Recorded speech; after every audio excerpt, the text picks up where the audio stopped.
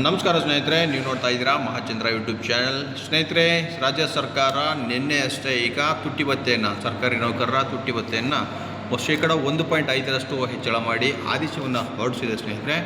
So ಈ ಆದೇಶದಿಂದ ಈಗ ಸರ್ಕಾರಿ ನೌಕರರ ವೇತನ ಎಷ್ಟು ಹೆಚ್ಚಾಗಲಿದೆ, ಸೊ ಇದು ಒಂದು ಚಾರ್ಟು. ಇದ್ರ ಬಗ್ಗೆ ನಾನು ನೆಕ್ಸ್ಟ್ ವೀಡಿಯೋದಲ್ಲಿ ನಿಮಗೆ ತಿಳಿಸ್ಕೊಡ್ತೀನಿ.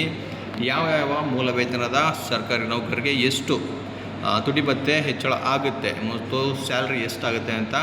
ಸೊ ಅದೇ ರೀತಿ ಈಗ ನಿವೃತ್ತಿ ನೌಕರದಾರರಿಗೆ, ನಿವೃತ್ತಿ ವೇತನದಾರರಿಗೆ ಮತ್ತು ಕುಟುಂಬ ನಿವೃತ್ತಿ ವೇತನದಾರರಿಗೆ ಯಾವ ರೀತಿ ಅನುಕೂಲ ಆಗಲಿದೆ, ಇದನ್ನು ಮುಖ್ಯವಾಗಿ ಗಮನಿಸಬೇಕಾದಂಥದ್ದು.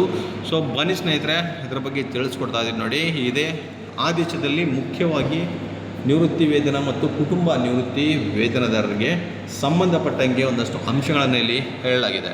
ಏನಪ್ಪ ಅಂತಂದರೆ, ರಾಜ್ಯ ಸರ್ಕಾರದ ನಿವೃತ್ತಿ ವೇತನದಾರರು ಮತ್ತು ಕುಟುಂಬ ನಿವೃತ್ತಿ ವೇತನದಾರರಿಗೆ ಮತ್ತು ರಾಜ್ಯದ ಸಂಚಿತ ನಿಧಿಯಿಂದ ನಿವೃತ್ತಿ ವೇತನ ಮತ್ತು ಕುಟುಂಬ ನಿವೃತ್ತಿ ವೇತನವನ್ನು ಪಡೆಯುತ್ತಿರುವಂತಹ ಅನುದಾನಿತ ಶಿಕ್ಷಣ ಸಂಸ್ಥೆಗಳ ನಿವೃತ್ತಿ ವೇತನದಾರರು ಮತ್ತು ಕುಟುಂಬ ನಿವೃತ್ತಿ ವೇತನದಾರರಿಗೂ ಸಹ ಈ ಜನವರಿ 1, 2025ರಿಂದಲೇ ಜಾರಿಗೆ ಬರುವಂತೆ ಹಾಲಿ ಲಭ್ಯವಿರುವ ತುಟ್ಟಿ ಭತ್ಯೆಯ ದರಗಳನ್ನು ಮೂಲ ನಿವೃತ್ತಿ ವೇತನ ಮತ್ತು ಕುಟುಂಬ ನಿವೃತ್ತಿ ವೇತನದ ಪ್ರಸಕ್ತ ಶೇಕಡ 10.75ರಿಂದ 12.25ಕ್ಕೆ ಹೆಚ್ಚಿಸಿ ಮಂಜೂರು ಮಾಡಲು ಸಹ ಸರ್ಕಾರವು ಹರ್ಷಿಸುತ್ತದೆ. ಸೊ ಇಲ್ಲಿ ಅನುದಾನಿತ ಶಿಕ್ಷಣ ಸಂಸ್ಥೆಗಳಲ್ಲಿ ಕೆಲಸ ಮಾಡ್ತಾ ಇರ್ತಕ್ಕಂಥ, ಅಂದರೆ ಅಲ್ಲಿ ಕೆಲಸ ಮಾಡಿ ನಿವೃತ್ತಿ ಹೊಂದಿರತಕ್ಕಂಥ ನಿವೃತ್ತಿ ವೇತನದಾರರು ಮತ್ತು ಅವರ ಕುಟುಂಬ ನಿವೃತ್ತಿ ವೇತನದಾರರಿಗೂ ಸಹ ಇದು 12.25ಕ್ಕೆ ಹೆಚ್ಚಿಸಿರ್ತಕ್ಕಂಥ ತುಟ್ಟಿ ಭತ್ಯೆಯ ಲಾಭ ಸಿಗಲಿದೆ ಸ್ನೇಹಿತರೆ.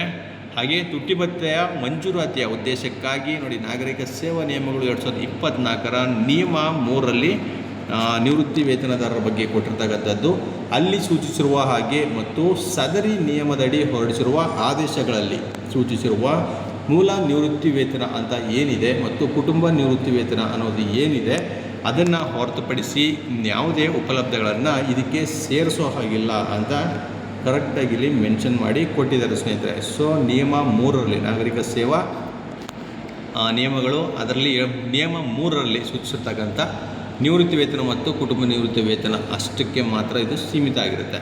ಹಾಗೆ UGC, AICTE ಮತ್ತು ICAR ವೇತನ ಶ್ರೇಣಿಗಳ ನಿವೃತ್ತ ನೌಕರರಿಗೂ ಸಹ ಈ ಆದೇಶ ಅನ್ವಯ ಆಗುತ್ತೆ. ಸೊ ಇವರಿಗೆ ಬೇರೆ ಒಂದು ಆದೇಶಗಳನ್ನು ಹೊರಡಿಸಲಾಗುತ್ತೆ, ಆದರೆ ಇದೇ ರೀತಿ ಅಂದರೆ ಜನವರಿ 1ರಿಂದ ಕೂಡ ಇವ್ರಿಗೂ ಕೂಡ ಅನ್ವಯ ಆಗುತ್ತೆ, ಇಲ್ಲಿ ನಿವೃತ್ತಿ ಹೊಂದಿರತಕ್ಕಂಥ ನೌಕರರಿಗೂ ಕೂಡ.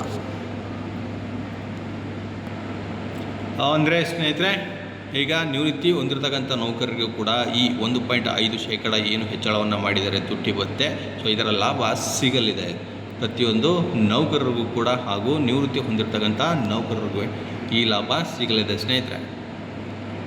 ಸೊ ಇದಿಷ್ಟು ಇವತ್ತಿನ ಮಾಹಿತಿ. ಈ ಎಷ್ಟು ವೇತನ ಹೆಚ್ಚಳ ಆಗುತ್ತೆ ಅನ್ನೋದ್ರ ಬಗ್ಗೆ ಒಂದು ಪಟ್ಟಿಯನ್ನು ತಯಾರು ಮಾಡಿ ನಿಮಗೆ ಅದನ್ನು ತಿಳಿಸ್ಕೊಡ್ತೀನಿ. ಮತ್ತಷ್ಟು ಮಾಹಿತಿ ಜೊತೆಗೆ ಭೇಟಿ ಮಾಡ್ತೇನೆ. ನಮಸ್ಕಾರ ಸ್ನೇಹಿತರೆ.